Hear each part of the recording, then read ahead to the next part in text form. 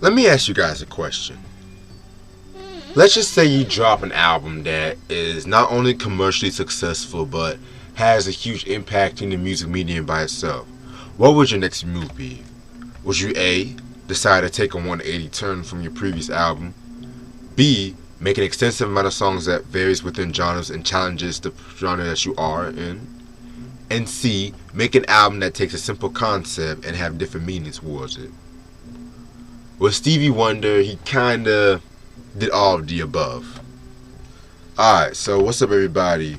Welcome to an episode of my R&B review. Album I'm about to review today.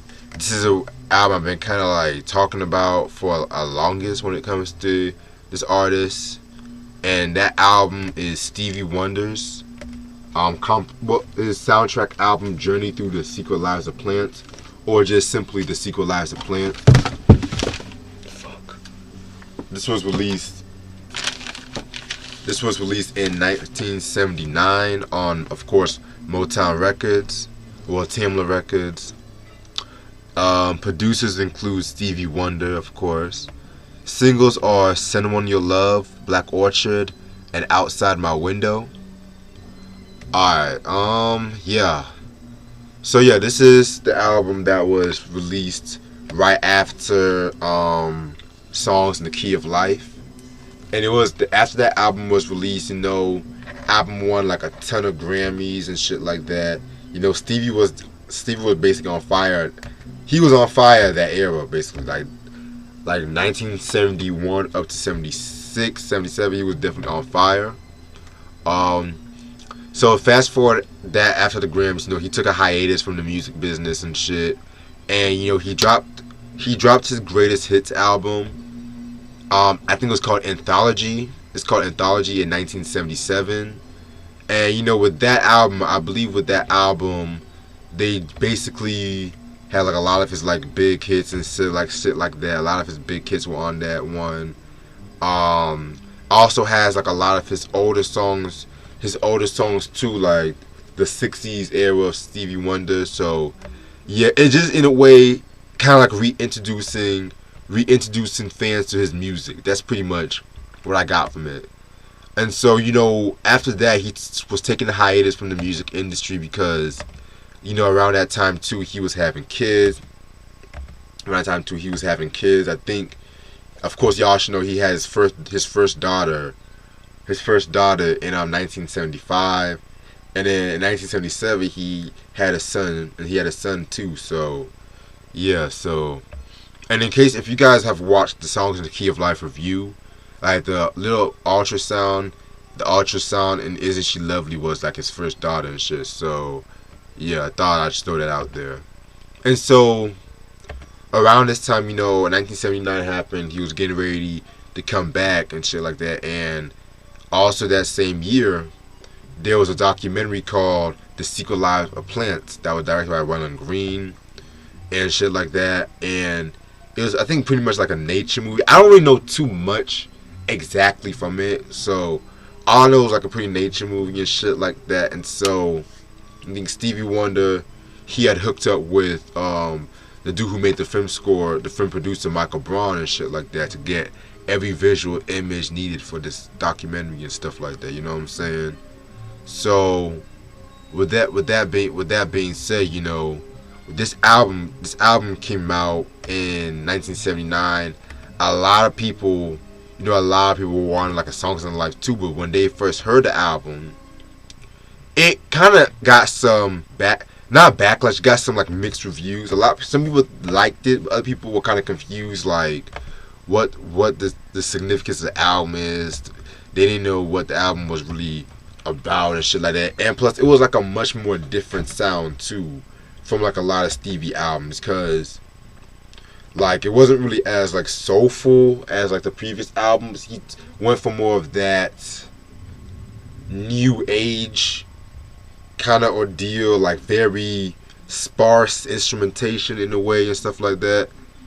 Like, and a lot of people have kind of said that Stevie Wonder kind of broke through with the new age music and shit like that too. So yeah, man, I felt like that was very interesting and shit like that. And with this album too, there's like a lot of instrumentals with this album and shit too. So I thought that was very, very, very, very interesting. And if you guys really have the album with you guys and shit, if you look down here and shit, he basically has, I think, like the album. I want to say it's the album name in Braille. I want to say.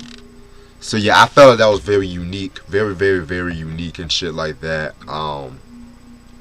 Yeah, man, this is fucking Secret Lives of Plants, man. Whew. Alright.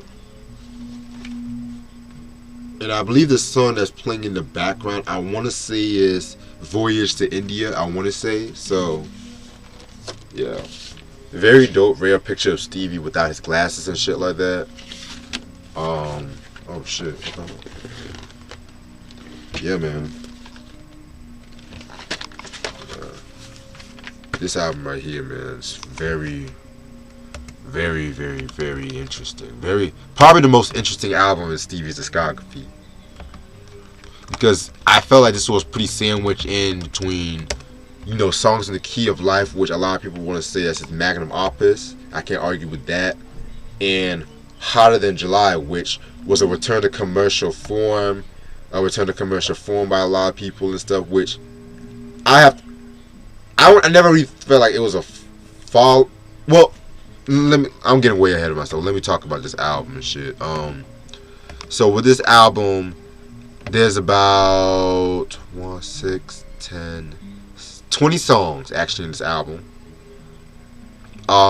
There are 1, 2, 3, 4, 5, 6, 7, 8 instrumentals on this album. And there's one song that's a solo joint from Sarita Wright. And like I said before, y'all should know Sarita Wright, Stevie's wife / musical partner and whatnot. I felt it was kind of cool how they were still working with one another even after they split up. I thought that was kind of cool and shit, but that's another story for a different day. Track number 1, Earth is Creation, which is an instrumental. Lovely way to begin the album and shit. Very eerie synths and stuff like that. Like, you can just imagine like the beginning of the world with this song and shit like that. Very unique and shit. Very dope. Track number 2, The First Garden. I don't really like this instrumental as much as Earth is Creation, but I felt like basically this was basically more orchestral, to say the least. Orchestral and shit, to say the least. Yeah, very like this one. It just talks about Earth's first plant and shit like that. Kind of symbolizes that. Next track, Voyage to India. Yeah, again, another smooth, cool instrumental right here. This kind of reminds me of some anime shit, like, you know, some Naruto stuff right here. Just me personally. Track number 4, Same Old Story. That song was pretty okay and shit. It was pretty okay. It's kind of the song is talking about, you know, the scientific findings of, you know, from what I looked up, scientific finding of Jagadish Chandra Boys. And he's famous because he used an instrument to measure the plant's response to stimuli and shit like that. And so it also pays homage to, you know, George Washington Carver, who you guys should definitely know. You know, the man who invented peanut butter, had like a lot. Sorry about that. My camera kind of messed up on me, but as I was saying about Same Old Story, it was just paying homage to George Washington Carver as well, because, you know, you guys should know he invented peanut butter, did a lot of peanut butter experiments with him, with peanut and shit like that. So yeah, Same Old Story, that was pretty cool song and shit. I've always loved how Stevie Wonder always talk about, you know, Black history, you know, throughout the whole song and throughout the whole career and stuff. So next track, Venus's Flytrap and the Bug. Alright, so yeah, this is one of my favorite songs off this album. It has a very sleazy, jazzy feel to it, like a 1940s jazz feel to it. What I got from this song was basically how I think it's talking about how a bug is being tricked. Because you guys should know a Venus flytrap is like a little plant that, you know, sucks in bugs and flies and whatnot. So the way how Stevie is singing on this track, he has like a very robotic kind of voice. And so I think that's supposed to represent, the fly, because you know how fly is just bzzz, all that shit. And then once at the end, the Venus flytrap just succumbs, to fly and shit. Very unique song. One of the Stevie Wonder's unique songs and shit like that. And it's kind of crazy. It's kind of crazy too, because there was this one lyric where I liked where he said, hold on. He said some shit. And you know just what I'm coming to get, right? Don't eat me, please don't eat me. I'm trapped in your love, save me, don't hurt me.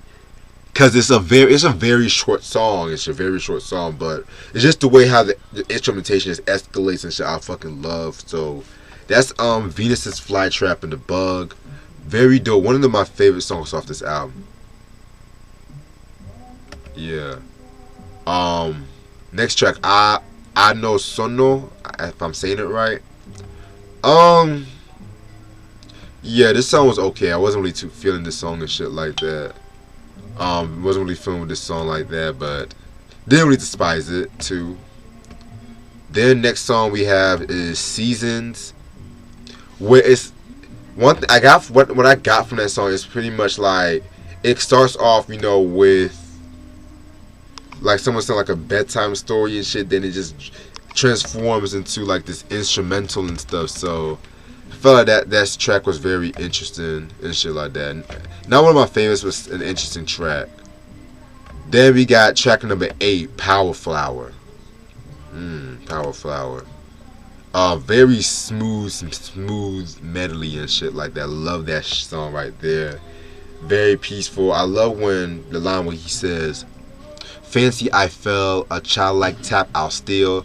Look twice, my friend, it's not the wind at all. You'll never see what you refuse to be. The power in the seeing is believing," and shit.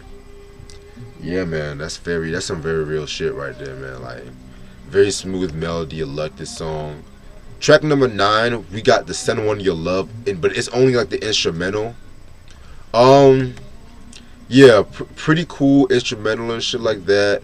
I'm gonna save my thoughts once I get to the song and shit too. Next track we got is Race Babbling. This was out of all the songs off this album, this was the one that really felt very out there. Because it kind of has like a pre-techno, funky-esque kind of vibe within it and shit like that. Like, when I first heard it, it took me a while till we get used to it and shit like that. And even the horns, too. The horns kind of remind me of something from, Marvin Gaye's Hear My Dear and shit like that. Just some dry, but still soulful kind of horns and shit like that. Very funky track. I actually do like this track. Very like this track. Next track, Send One Your Love. Yeah, man, that's possibly next to Venus Flytrap and the Bug. That's probably my favorite song off this album. It's a fan favorite song by like a lot of people and shit. Send One Your Love. Like, everyone knows. A lot of Stevie heads like very much knows that song. Yeah, very cool song. Very, very cool song. It's kind of like one of the more conventional songs from this album and stuff, because this whole album is laced with a lot of instrumentation and shit. So yeah, damn, that vinyl sounds clean as fuck, man. Damn. Okay. Yeah, so that's Send One Your Love. Very dope song. And there's actually a little promotional clip or video to that song, which I'm gonna post in the description box too. So y'all should peep that. Next track, Outside My Window. It's pretty safe to say that a lot of the conventional songs is just lost in the shuffle of this album, or just gets sided on and shit. But yeah, this is another song that was very cool song and shit like that. Just describing like a love outside his window and shit like that. I feel like this song was kind of metaphorical and shit, because I feel like the love he's referring to outside his window is probably just like some flowers or nature itself too. So yeah, that song right there, pretty dope song and shit. And that was a single too. Next track, Black Orchard. That song was alright. It was alright. yeah, the last couple songs off this track album, I'm just gonna let y'all know it's not as good as the previous couple songs and shit. So then we have Ec- Ecclesiastes.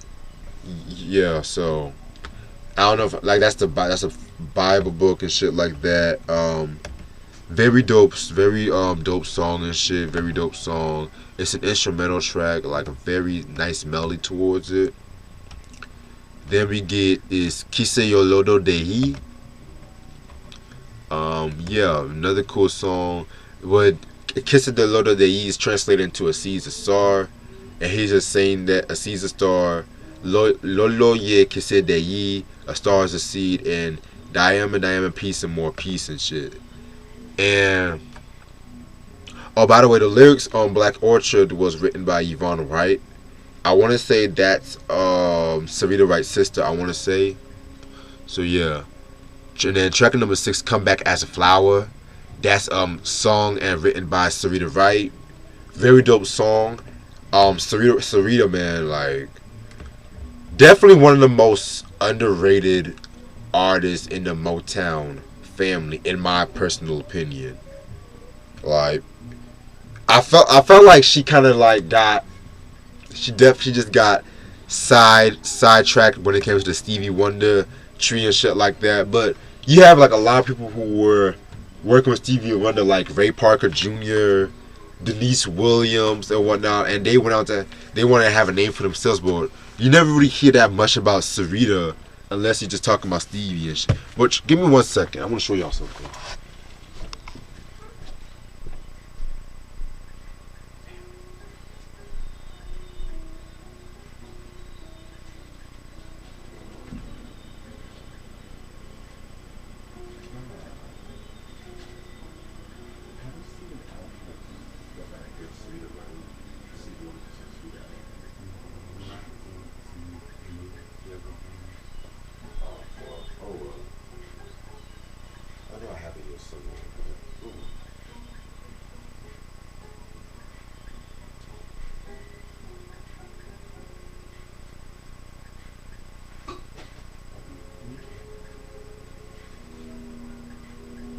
Well, damn, that's embarrassing. I can't find it right now, but I was gonna show y'all that Stevie Wonder presents Sarita album, which was the only album I have for a collection and shit.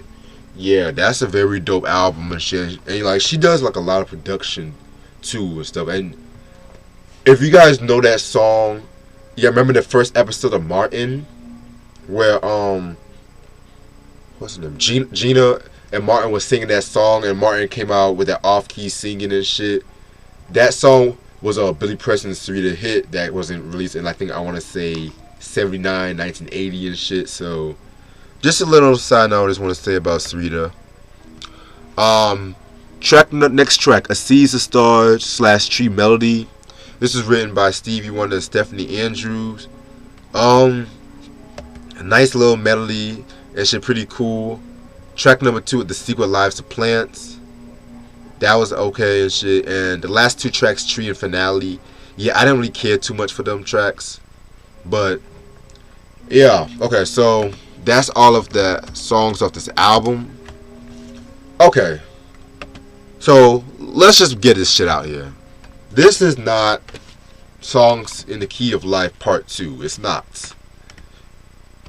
We just want to get that shit out the way. But I feel like with this album, it's not for, if you're expecting like the commercial Stevie Wonder and stuff like that, like the, not commercial, that's the conventional Stevie Wonder, like Innovisions, Fulfilling This First Finale and shit like that, even Songs in the Key of Life, then this is not the album for you. Pretty much. Like when it comes to like with this album, it's like a more like a relaxation, more like a very stripped down and kind of complex album to really gravitate towards and stuff. So, cause like when I first heard this album, I really thought it was okay. I thought it was okay, but it's like, of course, and I knew it was gonna take me a while for me to get into. But then, over the years, I've re-listened to the album, re-listened to it, And I was like, damn, this is actually a pretty dope album. Like, I would even say personally, it's a some people would even say it's a cult classic personally and shit. So yeah, this is a very interesting album when it comes to Stevie Wonder, and it's like a soundtrack album too. It's a soundtrack album too, so of course it's not always gonna. There's always gonna be like levels of experimentation when it comes to artists and stuff too. So that's what people need to really recognize when it comes to soundtracks, albums and shit. Because a lot of people would say, "Oh well, this album was this and that, not what it's to be." But it's a soundtrack. It has to be experimentation. It has to fit like the nature of the movie or documentary or so on and so on and shit. So yeah, that's what I have to say. Because even like recently, when Solange dropped the When I Get Home album and shit, she basically said that she was very influenced by this album too.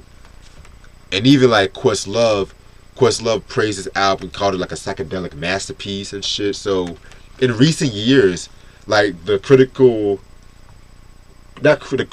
of reviews, the fan reviews, it has been getting like a lot more recognition and stuff like that. Because a lot of people would want to have like the notion that Stevie Wonder's last classic album was, or last great album was Songs in the Key of Life, but I kind of feel like he set the bar pretty high with that album. That anytime he tries to prove himself, people would always say, "Oh, it's not like this, it's not like that." But me personally, I want to say like this album, Hotter Than July, and I also want to say, part of me would want to say the 2005 album, A Time to Love. Those were like some of his best ones after Songs in the Key of Life and shit. In Square Circle was cool, but I would not really call that like a major dope classic album. Like, I mean, it's a great album. I wouldn't call it a classic and shit, So, yeah, man, yeah. And so that's the Secret Lives of Plants. Now, as far as when it comes to this album, when it comes to the availability of the album, it's a bit hard to come by. And shit like that when it comes to like a lot of Stevie albums. They've been talking about like re-reviewing this album, but it's been like re-released like overseas a lot more. And I want to say that they actually re-released it, like they reissued it in last year, 2018, according to Discogs and shit too. So yeah, so I just want to say that. So this is Stevie Wonder's The Secret Lives of Plants, Journey Through the Secret Lives of Plants. This was released in 1979.